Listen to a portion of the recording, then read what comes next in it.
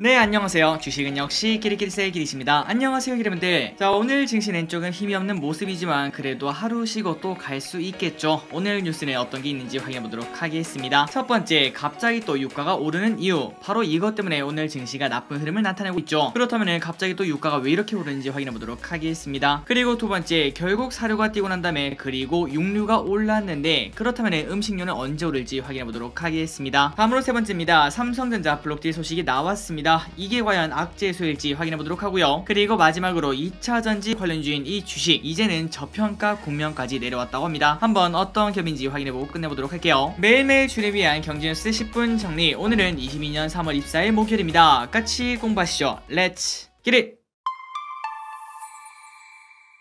어젯밤 뉴스 확인해보도록 하겠습니다. 유가 급등에 뉴욕 증시가 일제히 하락을 했다고 하는데요. 서부 텍사스 원유와 브렌트유 가격은 5% 안팎으로 상승을 했다고 합니다. 어제 러시아는 전일 폭풍 피해로 카자흐스탄에서 흑해를 연결하는 송유관을 통해 수출되는 러시아산 원유가 하루 100만 배럴 이상 줄어들 수 있다, 이렇게 밝혔다고 합니다. 그러니 말 그대로 공급이 줄어드니까 또 유가가 튀었다고 볼 수 있겠죠. 그래서 인플레 우려에 미국 증시는 하락 마감했다고 합니다. 다음으로 만 5세에서 11세 소아를 대상으로 한 코로나19 백신 접종이 예약이 시작이 되었다고 합니다. 참고하시면 될 것 같고요. 그리고 마지막으로 지나 러몬도 미국 상무장관은 한국산 철강 제품의 대미 수출 물량 제한을 둘러싼 재협상 계획이 없다고 밝혔다고 합니다. 자, 그렇다면 갑자기 철강 제품의 재협상 이 얘기가 왜 나왔나 봤더니 한국이 도널드 트럼프 행정부 때 불거진 철강 제품 쿼터 분쟁의 해소를 위해서 재협상을 강력히 희망을 하고 있다고 합니다. 그러니까 그때 당시 트럼프 때문에 어쩔 수 없이 했던 그 협상을 재협상을 해야 되지 않겠나 이렇게 말했는데요. 그런데 미국 측에서는 이 요구를 수용하기 어렵다, 이렇게 말했다고 합니다. 다음 소식입니다. 러시아 보복 시작되었다. 유가 150달러 돌파 시간 문제. 국제유가의 벤치마크인 브렌트 선물이 120달러를 돌파한 가운데 미국의 에너지 선물 트레이더인 레베카 바비는 보고서를 통해서 러시아가 보복을 하기 시작했다며 위에 말했던 것처럼 국제유가가 150달러를 돌파하는 것은 당연히 이루어질 미래다, 이렇게 말했으며 그러나 200달러는 과하다고 말했다고 합니다. 그리고 그는 러시아가 흑해 파이프라인이 훼손돼 수리에 들어가야 된다, 이렇게 발표하고 블라디미르 푸틴 대통령이 천연가스 대금을 루블로 받을 것이다, 이렇게 선언했다며 이는 러시아의 보복이 시작이 되었음을 의미를 한다고 합니다. 그나저나 러시아에서 수출하는 그러한 천연가스 대금을 루블화로 받는다고 하는데요. 여기에는 어떤 의미가 있나 봤더니 아마도 기름들 기억하고 계실 겁니다. 전쟁이 일어나면서 루블화 가치가 엄청나게 떨어져 러시아 국민들이 불안하다 못해 비트코인을 사고 있다, 이런 뉴스도 우리가 확인할 수 있었죠. 그러니까 우리가 생각했을 때는 비트코인도 위험한데 그거보다 루블화가 더 위험하다, 이렇게 판단한다는 소리겠죠. 진짜 말 그대로 심각한 상황이라고 볼 수 있습니다. 하지만 이렇게 천연가스 대금을 루블화로 받는다 이렇게 말하니까 당연히 루블에 대한 수요가 늘어나지 않겠습니까? 그렇다면 당연히 수요가 많으니까 가격이 올라갈 수밖에 없겠죠. 떨어졌던 루블의 가치가 어느 정도는 안정된 모습을 나타낼 거라고 생각을 해볼 수 있습니다. 그리고 실제로도 이 발표가 나오자마자 루블의 가치가 오르는 것도 확인할 수 있었다고 합니다. 그래서 결국은 이런 식으로 러시아의 보복이 시작이 되었으니까 유가가 150달러 돌파하는 것은 시간 문제일 거다, 이렇게 예측을 한다고 합니다. 결국은 아직까지도 살얼음판 같은 증시가 계속 이어질 것 같은데요. 그렇다면 진짜 말 그대로 불확실한 시장이기 때문에 이 부분이 많이 걱정된다면 해지 목적이라도 인플레 관련주를 충분히 담을 필요가 있다고 생각합니다. 다음 소식입니다. 물가가 오르다 못해 이제 이것도 오른다고 하네요. 세계 최대 육가공 업체 올해 내내 고기값 상승 미트플레이션. 세계 최대 육류 가공업체인 JBS가 올해 고기 가격이 더 뛸 것이라고 예상을 한다고 합니다. 고기값의 고공행진을 의미하는 미트플레이션을 예고를 했다는 소리죠. 그리고 미국에서도 소고기 한 마리당 각종 비용이 40%나 높아질 것이라고 말했으며 연료, 사료, 가공, 운송, 인력 등 모든 측면의 비용이 뛰고 있다고 합니다. 그래서 결국은 고기 가격은 올라갈 수밖에 없고, 그리고 소비자들이 비싼 고기를 외면하는 수요 파괴까지 가려면은 지금보다 고기값이 훨씬 더 높아져야 된다, 이렇게 설명을 했다고 합니다. 자, 이런 부분은 여러분들 전부 다 예상을 하고 계셨을 겁니다. 그리고 오늘 우리나라 증시에서 똑같은 흐름이 나타나고 있죠. 동환수산 상한가에 도착, 그리고 하림은 6% 상승으로 둘 다 좋은 흐름을 나타내고 있습니다. 그리고 이 모든 게 인플레에 대한 우려 때문이라고 볼 수 있겠죠. 최근 들어 곡물가가 많이 오르니까 당연히 곡물 수요는 줄어들고 다른 수요가 올라가지 않겠습니까? 그 기대감 때문에 올라간다고 볼 수 있고, 그리고 플러스 곡물가가 올라가면 사료 가격이 올라갑니다. 당연하겠죠. 그렇다면 그 사료를 먹는 동물들도 당연히 가격이 올라갈 수밖에 없습니다. 그런 기대감 때문에 육류 관련주가 또 오른다고 볼 수 있겠죠. 아직까지는 장바구니 물가가 물론 최근 또 많이 오르긴 했지만 이만큼은 반영하지 않은 것 같은데 한 1년 뒤에 장바구니 물가는 얼마나 올라 있을지 이제는 조금 공포스럽기까지 합니다. 그리고 다음입니다. 지속적으로 우리가 확인했던 그 내용인데요. 곡물가가 오르면 비료 가격이나 그 다음에 사료 가격이 올라서 그 두 개의 주식이 먼저 튄다고 말씀드렸고, 그 다음에는 곡물 그 다음에 사료를 먹는 동물 곡물들이 올라간다고 말씀을 드렸습니다. 그리고 다음에 마지막은 바로 식료품인데, 그렇다면 식료품을 우리가 지금 사야 되는가 한번 그 생각을 해보도록 할게요. 곡물 가격 껑충, 식료품주 언제 담을까? 러시아와 우크라이나 전쟁이 악화일로를 걸으며 식료품주가 변동성을 나타냈습니다. 그 이유는 식료품 업체가 원재료를 사용하는 곡물가가 상승하면서 원가 부담이 높아졌기 때문인데요. 그렇다면 우리가 지금 딱 생각해보니까 야 아니키리 야 이 말이 맞네. 야 곡물가가 올라가면은 그 원재료 값이 올라가니까 식료품주는 사면 안 되는 거 아니야? 충분히 이렇게 생각을 할 수 있는데, 하지만 증권가의 시각을 한번 보도록 하겠습니다. 증권가에서는 원가 부담 확대는 당연히 악재 요인이지만, 그런데 올 하반기 상품 판매가의 인상분을 전가한다면은 마진 축소가 상쇄될 것으로 예상을 한다고 합니다. 그렇다면 우리가 생각했을 때는 어차피 또이 아니야 이렇게 생각을 해볼 수 있겠지만, 그런데 그 다음이 중요하겠죠. 올라갔던 곡물가는 자연히 떨어지기 마련입니다. 물론 시간은 조금 걸릴 수 있겠죠. 하지만 중요한 거는 올라갔던 라면 가격, 올라갔던 만두 가격, 올라갔던 뭐 다른 제품 가격, 그런 것들은 떨어질 리가 없겠죠. 그리고 만약 그런 상황이 펼쳐진다면 식료품주는 영업이익률이 엄청나게 높아질 거라고 볼 수 있겠죠. 그런 기대감 때문에 또 주가가 상승을 할 거라고 생각을 해볼 수 있습니다. 계속 확인해 보도록 하겠습니다. 우크라이나 사태가 장기화된다면 하반기까지 곡물 가격 상승 여파가 이어질 전망이며, 그렇다면 일단 지금은 식료품주의 영업이익이 안 좋아질 거라고 생각을 해볼 수 있는데, 그런데 증권가에서는 기업들이 하반기 원가 인상분을 상품 판매가에 바로 전가를 할 경우에는 원가 부담을 완화할 수 있을 것이라고 말을 했다고 합니다. 그리고 특히 상대적으로 시장 점유율이 큰 CJ제일제당 그리고 농심 등의 업체들이 가격 인상이 수월할 것으로 예상이 되기 때문에 음식료주에서는 대형주 그리고 점유율 1등 이런 기업을 고르는 게 더 좋다고 합니다. 그리고 앞으로 추후 전쟁 종식으로 수급 정상화에도 인상된 가격이 유지되는 건 아까 말씀드렸죠. 이런 부분이 기회가 된다는 거 꼭 알아야 된다고 합니다. 그렇다면 우리가 이제 가장 중요한 거는 야 그러면 이렇게 식료품주도 또 올라가겠네 이런 생각을 해볼 수 있겠죠. 그런데 지금 딱 보니까 아직까지는 조금 이른가 이런 생각을 해볼 수 있습니다. 그런데 우리가 지금 생각할 거는 절대 우리가 저점을 맞출 수가 없겠죠. 그렇기 때문에 만약에 기업분들이 식료품주를 조금 담아야겠다 이런 생각에 동의를 하신다면은 지금 식료품 중에서 시장 점유율 1등이 어딘지, 그리고 지금 가격이 매력 있는지 그런 것들을 파악한 다음에 결국 우리가 저점을 알 수 없기 때문에 철저한 분할 매수로 다가가는 게 어떻겠나 이렇게 볼 수 있을 것 같습니다. 그리고 만약에 이런 상황이 정확하게 펼쳐진다면 올해가 가기 전에 만족스러운 상승이 좀 나오지 않을까 이렇게도 볼 수 있겠네요. 다음입니다. 홍콩 HA지수 ETF 매수 나선 중학개미 급반등의 반색. 해외 주식 투자자들이 최근 미국 대형주보다 더 많이 사고 있는 것은 바로 홍콩 ETF라고 합니다. 우크라이나 전쟁과 미중 갈등, 코로나 재확산으로 홍콩 증시가 이달 초 폭락한 틈을 타 저가 매수를 했다고 하는데요. 그런데 이번 주에 갑자기 홍콩 증시가 엄청나게 반등을 하면서 해당 펀드를 사들인 중학개미들이 반색을 하고 있다고 합니다. 참고로 홍콩 H지수는 중국 대표 IT 기업인 알리바바, 텐센트, 샤오미 등 중국 기업 50개를 담고 있는데요. 날개 없이 추락하던 홍콩 H지수는 최근 일주일간 큰 폭으로 반등을 했으며, 그리고 그 이유는 중국 금융당국이 지난 16일 미국과 소통 협력해 자본시장을 안정화시키겠다 이런 의지를 내비친 것이 계기였다고 합니다. 그리고 그 이후에 홍콩 H지수는 25% 넘게 반등을 하고 있다고 합니다. 그리고 어제 알리바바에 관련된 그러한 뉴스도 봤었죠. 그러한 호재가 현재 쌓이고 있다고 생각을 해볼 수 있습니다. 그래서 타이거 차이나 항생테크의 차트를 봤더니 불과 얼마 전에 4,800원인데 그런데 벌써 6,355원까지 올랐습니다. 그런데 아직까지도 올라가려면 정말 많이 남았다는 걸 볼 수 있고, 게다가 오른쪽에 있는 주봉을 봤을 때 작년 이맘때만 하더라도 이 ETF의 가격이 무려 13,670원이었다고 합니다. 그런데 이게 반토막이 나버렸죠. 그렇기 때문에 만약 기업분들이 중국에 대해서 조금 좋은 시각을 가지고 있다면 지금처럼 폭락하고 이제 반등을 시작할 때 이때가 조금 기회가 아닐까 이런 생각을 해볼 수 있을 것 같습니다. 한번 기분들 공부해보시면 좋을 것 같습니다.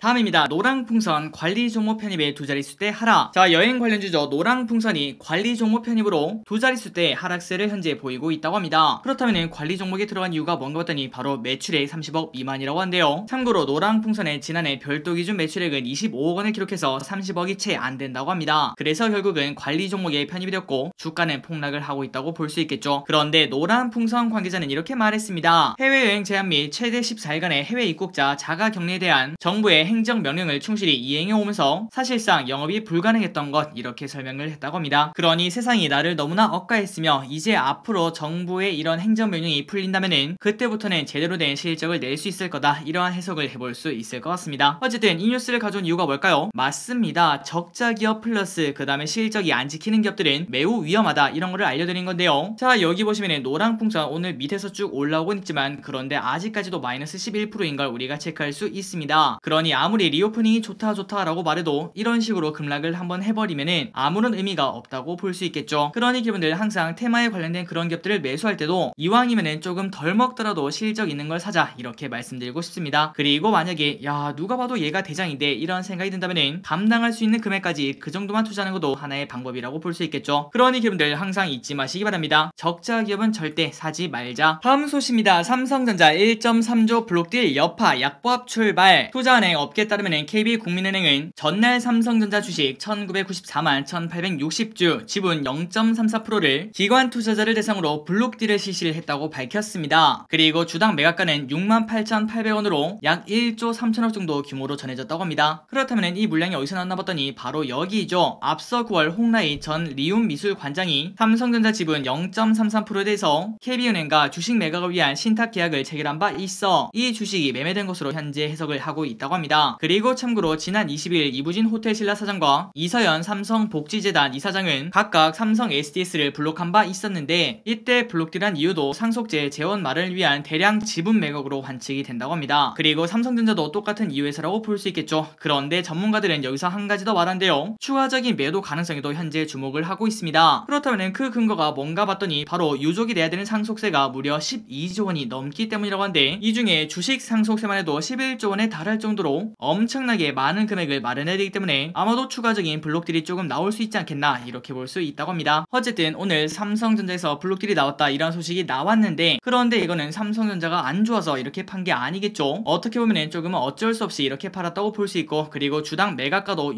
68,800원으로 지금이랑 별 차이가 나지 않기 때문에 저 기릿은 악재소 중 하나다 이런 생각을 하면서 조금은 긍정적으로 해석을 하고 싶습니다. 날이 더워지기 전에 꼭 팔만전자는 봤으면 좋겠네요. 다음 소식입니다. 우리가 최근 공부했을 때 결국 외국인이 우리 증시의 키를 가지고 있다 이런 부분을 충분히 공감할 수 있을 것 같은데요. 그렇다면 지금 현재 외국인은 어떤 상황인지 한번 보도록 하겠습니다. 외국인 돌아올까 그리고 사모은 종목은 외국인 투자자들이 이달 코스피 종목에 대해서 무려 4조 8,500억을 매도하며 매도세를 키우고 있는 가운데 그런데 그 와중에 뒤로 장바구니에 현재 담고 있는 종목들이 있다고 합니다. 그 종목들이 뭔지 한번 확인해 보도록 하겠습니다. 일단 외인들은 이달 코덱스 200TR과 그리고 코덱스 MSCI 코리아 TR ETF를 각각 4,300억, 2,900억 매수를 했다고 합니다. 참고로 ETF 다음에 TR이 붙어있는 것들은 지수를 추종하는 건 똑같은데 그런데 배당금을 분배금으로 주지 않고 그 돈을 그대로 재투자해서 알아서 ETF의 가격이 조금 더 오르는 그런 ETF라고 생각하시면 될 것 같습니다. 그러니까 정말 쉽게 말하자면 ETF를 사도 배당 그러니까 분배금을 받을 수 있는데 그걸 그대로 그냥 자동으로 또 사는 효과라고 생각하시면 될 것 같습니다. 어쨌든 외국인들은 이 두 가지를 조금 크게 사고 있는 걸 확인할 수 있는데요. 그렇다면 이걸 사는 이유가 뭔가 봤더니 외인들이 바로 내달에 분배금 지급을 앞두고 절세 효과를 위해서 TR ETF를 선택한 게 아니겠는가 이러한 분석이 나온다고 합니다. 그리고 또한 이 두 개를 제외하고도 LG노텍, 삼성 엔지니어링, 카카오 등을 매수하고 있으며 그런데 그 반면 뭐를 그렇게 많이 매도하는가 봤더니 삼성전자 1조 6,800억, LG엔솔 7,800억, 코덱스 200 5,000억, 삼성전자 우선주 4,453억 원, 그리고 삼성 SDI 3,500억 등 이렇게 5가지를 이 정도로 큰 금액으로 현재 매도를 하고 있다고 합니다. 그러니까 지금은 이제 외국인은 이달만 들어서도 코스피에서 4조 8,500억을 매도하고 있는데 그 와중에 코덱스 200TR 그 다음에 코덱스 MSCI 코리아 TR ETF 그리고 또한 LG노텍, 삼성 엔지니어링, 카카오 등을 순매수하고 있다고 합니다.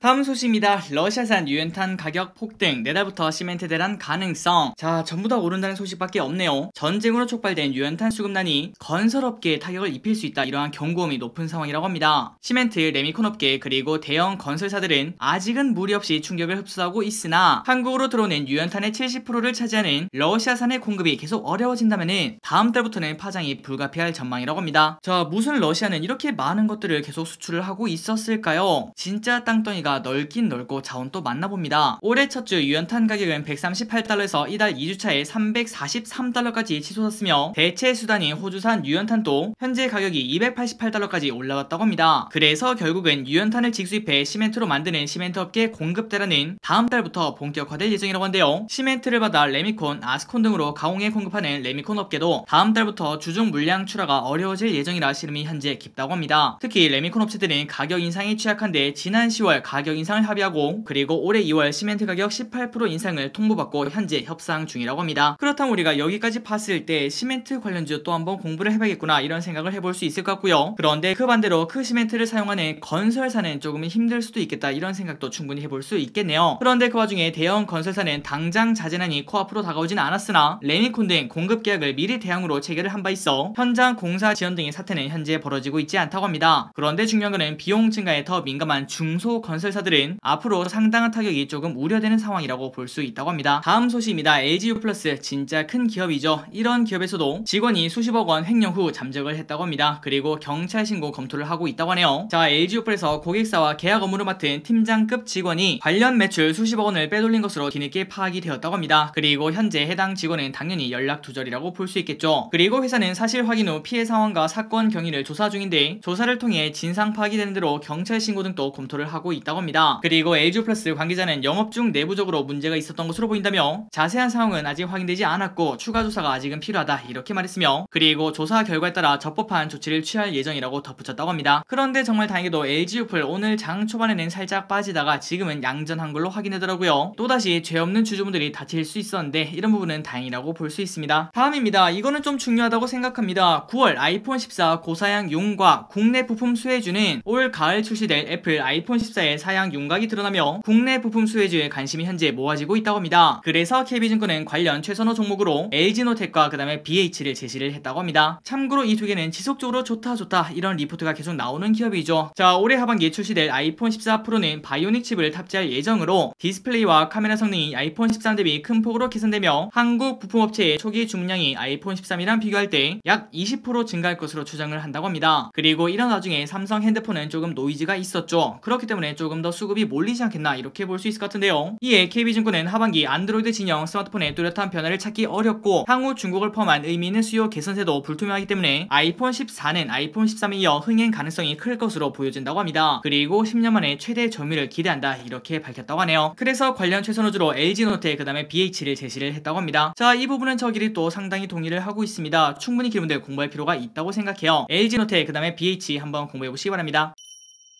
자, 오늘의 기업은 한 가지만 보도록 하겠습니다. 삼성 SDI 주가는 빠졌지만 업황은 견조하다. NH투자증권은 삼성 SDI에 대해서 주가만 빠졌을 뿐 다른 거는 전혀 바뀐 게 없다며 투자 의견 매수 목표주가 100만원을 유지를 했다고 합니다. 그리고 참고로 삼성 SDI의 현재가는 50만원이 조금 넘기 때문에 목표가가 2배인 걸 확인할 수 있습니다. 바로 내용을 보도록 하겠습니다. 주민우 연구원은 전방 고객의 생산 차질, 원재료 가격 부담 등 시장의 우려가 현재 존재는 하고 있지만 전방 수요와 실적 모두 연초 예상이랑 달라진 것은 없다며 오히려 낮아진 눈높이를 소폭 뛰어넘는 양호한 실적까지 예상이 된다고 합니다. 그리고 플러스 23년에서 25년 양산 예상되는 코발트 프리 망간리치 양극재 기반의 증가 볼륨 모델에 대한 적극적 수주 활동도 기대가 된다고 합니다. 그렇다면 실적을 보도록 하겠습니다. 매출액 쭉쭉 성장을 합니다. 그리고 당기순이익 쭉쭉 성장을 하고요. 영업이익도 쭉쭉 성장을 합니다. 그리고 우리가 지금 아무리 생각해봐도 2차전지 수요가 줄어들지 않을 것 같죠. 그러니까 아직까지는 피크아웃 논란은 전혀 생각하지 않아도 될 것 같은데 그런데 그 와중에 최근 들어 주가가 너무나 많이 빠지다 보니까 올해 예상 퍼가 25까지 빠졌다고 합니다. 물론 퍼가 25까지 빠졌으니까 더 이상 빠지진 않습니다. 이렇게 말할 수는 없겠지만 그런데 장기적으로 봤을 때는 이만큼 성장하는 기업 충분히 분할 매수로 다가갈 만하며 그리고 플러스 관심 종목에 넣어놓고 거래량 실린 양봉이 나올 때마다 충분히 관심 있게 볼 필요가 있다 이렇게 볼 수 있겠죠. 한번 여러분들 삼성 SDI도 언제쯤 바닥을 찍을지 그런 것들도 지속적으로 모니터링하는 것도 괜찮을 것 같습니다. 그리고 혹시나 여러분들 아직까지 주식을 어떻게 사야 되는지 모르겠다 그런 생각이 드신다면 오른쪽 위에 링크를 띄워드리도록 하겠습니다. 그 영상을 한번 보시면 조금은 도움이 되실 거라고 생각해요. 자, 오늘의 경제뉴스 여기까지 끝났습니다. 항상 이렇게 같이 공부해주셔서 진심으로 감사드리고 내일 또 좋은 뉴스로 찾아뵙도록 하겠습니다. 지금까지 기대하셨습니다. 빠이요.